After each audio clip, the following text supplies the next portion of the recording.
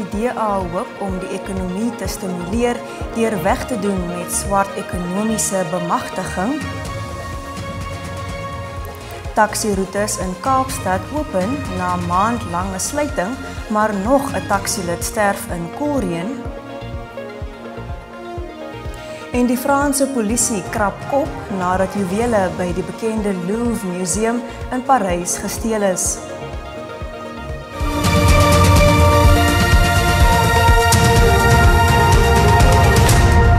Goeienaand en baie welkom by die Afrikaanse nuus. Die DA wil wegdoen met swart ekonomiese bemagtiging om die ekonomie te hervorm. Die DA se federale voorsitter, Dr. Ivan Meyer, sê swart ekonomiese bemagtiging is bloot 'n ideologie wat die land terughou. Die party het by sy hoofkantoor in Johannesburg besonderhede bekend gemaak van sy wetsontwerp ekonomiese insluiting vir almal wat ten doel het om ondoeltreffende bemagtigingswetgewing te vervang. Die DA se hoof van beleid, Matt Cuthbert, sê die ANC het rasgebaseerde beleide ingestel en gaan voort met sy bureaukratiese rompslomp van beleide wat gewone landsburgers van die ekonomie afsluit. Our Economic Inclusion Bill for All seeks to amend the Public Procurement Amendment Act of 2024 to repeal all race-based preferential procurement provisions and replace them with real empowerment system that targets poverty as a proxy for disadvantage instead of race. Die DA wil met die wetsontwerp ook wegdoen met die huidige verkrygingsmaatreëls. The BEE model has become a key driver of corruption within our society.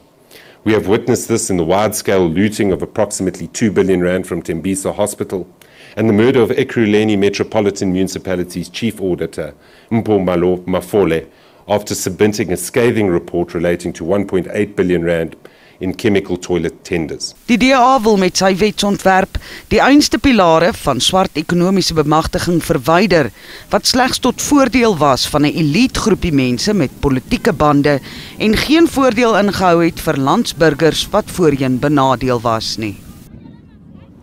Die ANC het sy lang verwagte bilaterale vergadering met COSATU gehad. Die eendag samesprekings is deur verskeie top ANC amptenare bygewoon, insluitend president Cyril Ramaphosa, die sekretaris-generaal Fikile Mbalula en COSATU president Zingiswa Losi en sy sekretaris-generaal Soli Petu. Die alliansievennote het die ANC se ekonomiese aksieplan bespreek voor dit as regeringsbeleid aangeneem word, die stand van die alliansie, die nasionale demokratiese revolusie en die voorbereiding vir volgende jaar se plaaslike verkiesings. We are holding this bilateral, which has been long overdue in COSATU House, and we are welcomed by the officials, or office bearers as they call them in COSATU, national office bearers of COSATU. We are truly honored to be welcomed in this way. Sake van gemeenskaplike belang, die stand van die alliansie en sosio-ekonomiese transformasie is bespreek. Die ANC wil sy verhouding met COSATU verstewig, nadat die ander alliansievennoot, die SHKP, aangedui het dat hy die verkiesing onafhanklik gaan beveg. We are really open to engagement with COSATU. It has always been the tradition. Nothing gets spared where discussions, including where there are differences.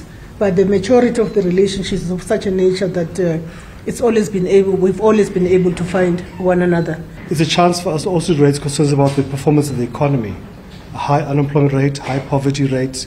What can we do to protect vulnerable businesses? What can we do to give more relief to workers, to create jobs, to get the economy moving? Die ANC se verslegtende verhouding met die SHKP word toegeskryf aan uiteenlopende sienings oor die alliansiestruktuur en veranderings waarvoor die SHKP al vir meer as 2 dekades vra. Met plaaslike verkiesings om die draai, is die kommunistiese party se besluit om onafhanklik aan die verkiesings deel te neem 'n groot bron van kommer vir die alliansie. Our bottom line is we want to unite the alliance, we want to continue our relationship with the ANC, we want to continue our relationship with the SCCP. They both have different roles to play, they're complementary roles, But I think the message from our workers, from our delegates at our central committee is that we must unite the alliance. Die ANC het 'n beroep op Cosatu gedoen om sy nuwe ekonomiese aksieplan te ondersteun, wat daarop gerig is om inklusiewe groei en vinniger werkskepping te versnel. Die Madlanga-kommissie het getuienis aangehoor dat die hoof van georganiseerde misdaad, generaal-majoor Richard Shibiri, na bewering probeer het om 'n ondersoekspan te beïnvloed om omkoopgeld te aanvaar. Die ondersoekspan het die moord van die vereniging ingenieur Armand Swart ondersoek. Getuie A was deel van die speurderspan wat Swart se moord ondersoek het. Swart se moord is na bewering georkestreer deur een van die groot 5 misdaadsyndikaatlede, Katiso Molefe. Die Madlanga-kommissie ondersoek beweringe van politieke inmenging en korrupsie in die strafregstelsel.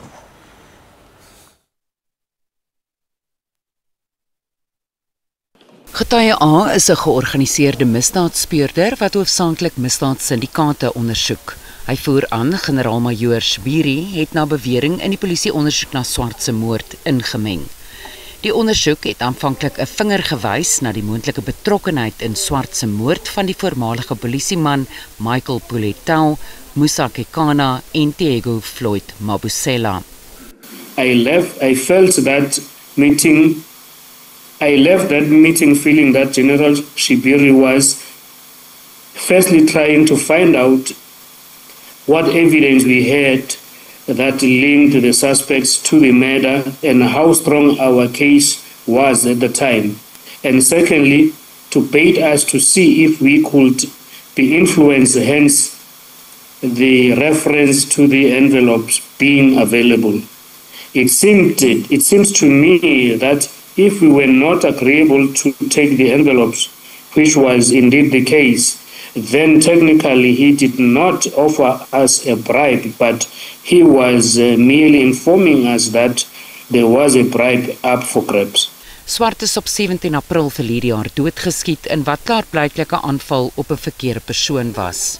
Kort voor Swart se moord was sy werkgewer 'n fluitjieblaser oor beweerde prysverhogings van 'n Transnet-kontrak. Getuie A het daarvoor die moordbewyse uiteengesit wat die beweerde misdaadsyndikaatlid Katiso Molefe impliseer. There will be a call record that was that shows that on the 12th of April 2024, that is 5 days before the murder, Michael Puletau received a call from Mr. Katiso Molefe at 11:38. And then the duration of the call was 119 seconds. And then Michael Puletau makes a call to Molefe at 11:43, which was a duration of 14 seconds.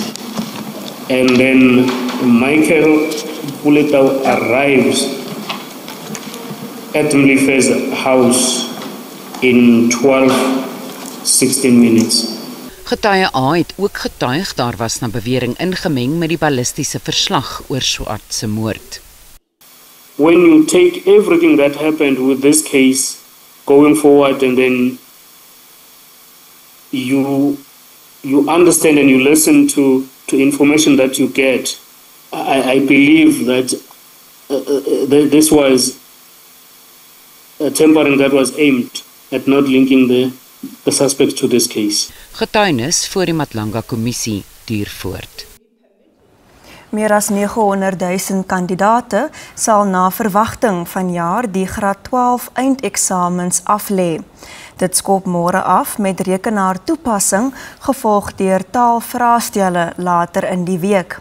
Die minister van basiese onderwys, Sifiwe Gwagube, sê sy is vol vertroue dat die nasionale senior sertifikaat eksamens vlot sal verloop. Sy sê streng veiligheidsmaatreëls en protokolle is in plek om te verseker dat vraestelle nie uitgelek word nie. Alles is in plek vir die nasionale senior sertifikaat eksamens. Veiligheidsmaatreëls rondom vraestelle is versterk met elke verspreidingsvragmotor wat 'n opsporingsstelsel het. Provinsiale departemente het ook bevestig dat hulle gereed is. All question papers have been printed and are ready and secure for distribution to all 9 provinces. Provincial education departments have audited and their printing and packing sites, while both provincial and national departments have verified every storage facility. Every truck distributing question papers is GPS tracked, every stop is authorized, and every stage of distribution is monitored. In Bloemfontein het die Departement van Onderwys 'n 24-uur krisisintervensieprogram van stapel gestuur om eksamenangs te hanteer. Maatskaplike werkers, sielkundiges en beraders is op bystand om ondersteuning te bied. We also do exam anxiety programs with them, time management, study skills with them. Yes, that is the support that we offer them. Ondanks 'n mate van angs sê leerlinge, hulle is vol vertroue dat hulle goed sal doen, danksy die voorbereiding wat hulle deur die jaar gedoen het.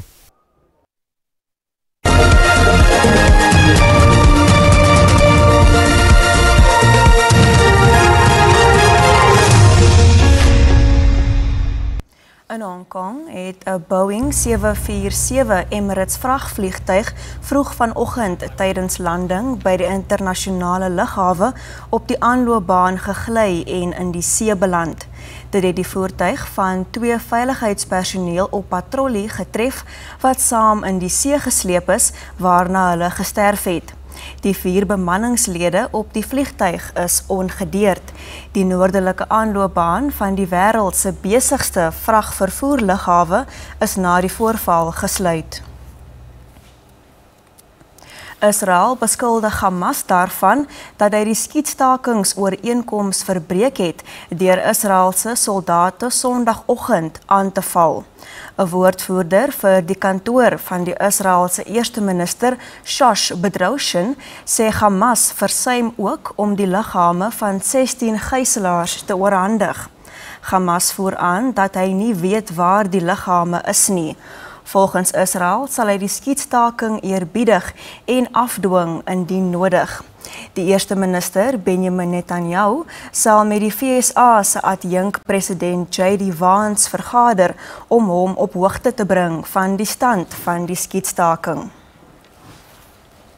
Die voormalige Franse president Nicolas Sarkozy begin môre om 'n 5 jaar lange tronkvonnis in die Paris-Sate gevangenis uit te dien. Sarkozy was die Franse president tussen 2007 en 2012. Hy is skuldig bevind aan misdadige sameswering oor pogings om fondse vir die 2007 verkiesingsveldtog van Libië te bekom. Dit is die 3de keer dat Sarkozy op bedrogverwante aanklagte skuldig bevind is.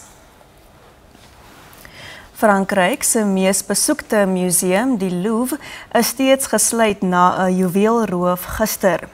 Die gemaskerde diewe het toegang tot die galery verkry deur 'n goederyhuiser. Die diefstal van 8 items het slegs enkele minute geduur. Die 9de teiken, die kroon van keiserin Eugenie, is tydens die ontsnapping laat val. Die voorval wek nuwe sekuriteitskommer by die ikoniese museum wat verlede jaar byna 9 miljoen besoekers verwelkom het. Die nuus in Afrikaans gaan net hierna voort, bly by ons.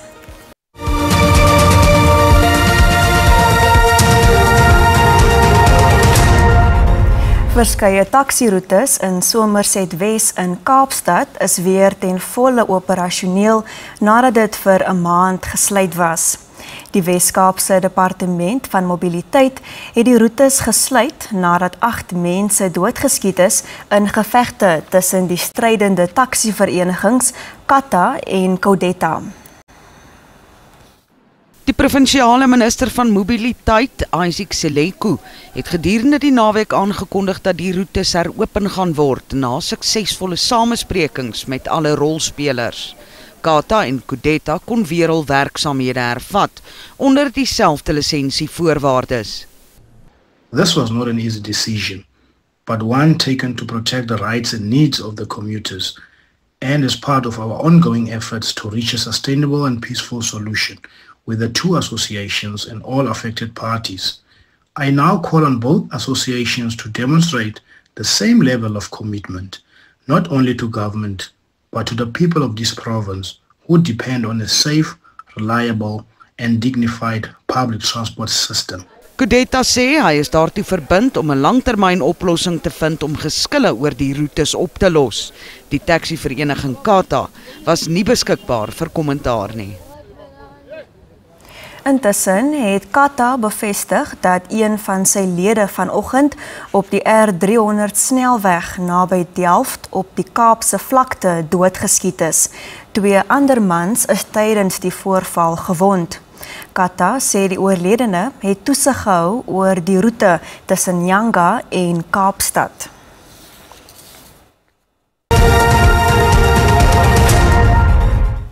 Kom ons kyk hoe die markte om 8 uur vanaand vertoon het.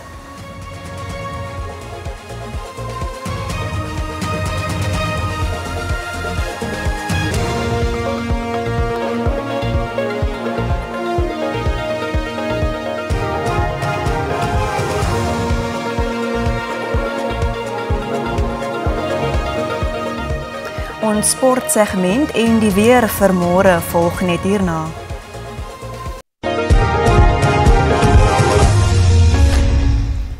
Die voormalige junior Springbok stit en kaptein Zachary Paulson is die enigste nuweling in Springbok afrigter Rassie Erasmus se groep van 36 spelers vir aanstaande maand se toer na die noordelike halfrond.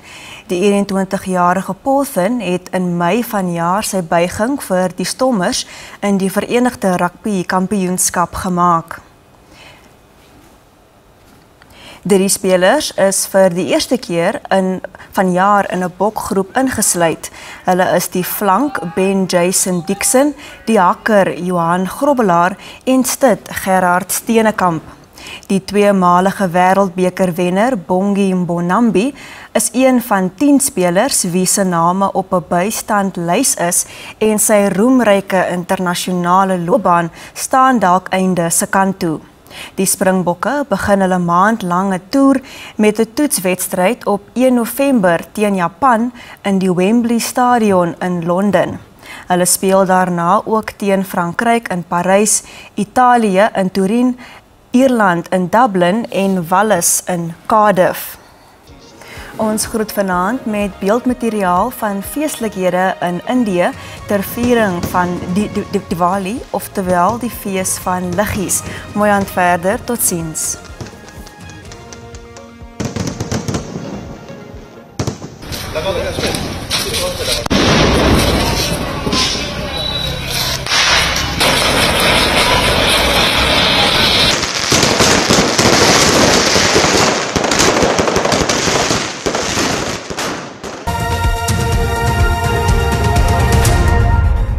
Goeienaand, hartlik welkom by die weer.